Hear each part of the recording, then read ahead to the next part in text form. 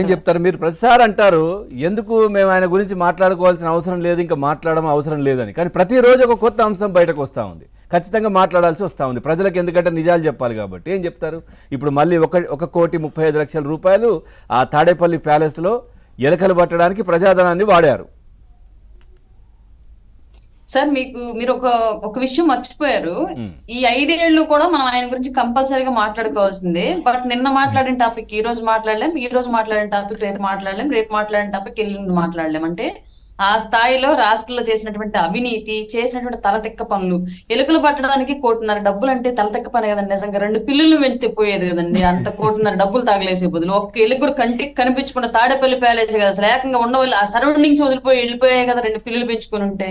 జనం డబ్బులు ఎంత దారుణంగా దుర్వినియోగం చేశారు అంటే, పిల్లలకు ఉద్యోగాల క్యాలెండర్ ఇవ్వడం మహాప్రభు అంటే డబ్బులు లేవని చెప్పేసి ఆపేశారు.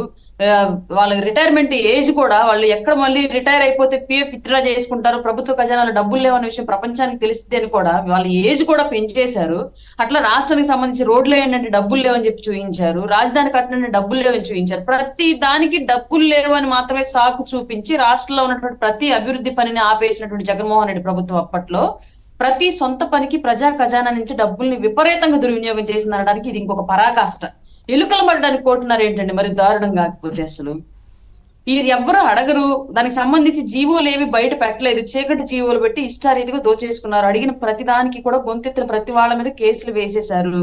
మమ్మల్ని ఎవరు ప్రశ్నించకూడదు, మేము నియంతలం అన్నట్లుగా వ్యవహరించారు రాష్ట్ర వ్యాప్తంగా.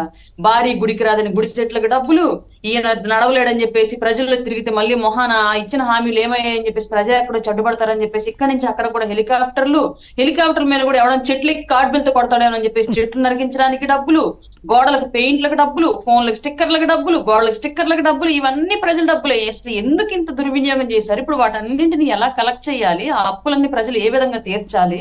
ఇప్పుడున్న ప్రభుత్వం మీద ఈ స్థాయిలో భారం పడింది, దీన్ని ఎలా ఈ ప్రభుత్వం ఓవర్కమ్ చేయాలి?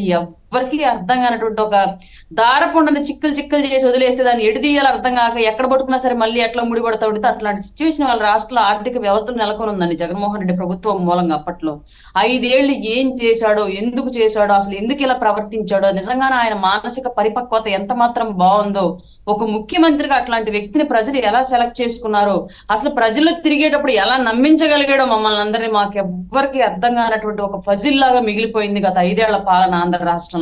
ఇవాళ చెప్పుకున్నా బాధే, చెప్పుకోకపోయినా బాధే, సైలెంట్ గా ఉందామన్న బాధే, మాట్లాడుకుందామన్న బాధే మా అందరికి. గౌతమ్ గారు వినపడుతుంది, కంటిన్యూ. అరుణ గారు ఆగిపోయారని చెప్పి ఆగాను. అరుణ గారు ఇప్పటికీ కూడా అసలు ఇంతమంది సలహాదారులను పెట్టుకున్నాడు ఎందుకు? ఏ ప్రభుత్వంలో కూడా ఏ ముఖ్యమంత్రి కూడా లేనటువంటి అంతమంది సలహాదారులను పెట్టుకొని ఆ సలహాదారులు ఇచ్చిన సలహాలతో ఆయన చేసిన పని ఏంటంటే ఎలకల పట్టడమా?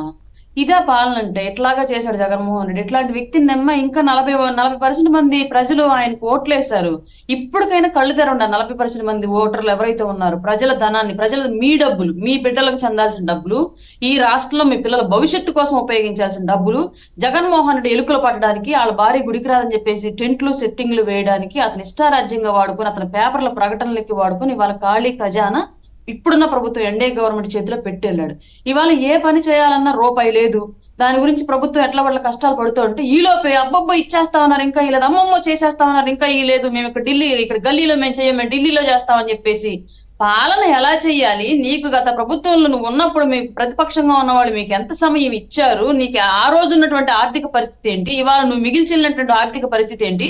నువ్వు ఇప్పటికిప్పుడు ఎందుకు అలా అల్లరి చేసేస్తున్నావు? రాష్ట్రం పరువు తీసుకెళ్లి ఢిల్లీలో ఎందుకు గొడవలు చేసేస్తున్నావు? అసలు నీకు ఏం తెలుసు? నువ్వు ఏ విధంగా నాయకుడు అయ్యావో?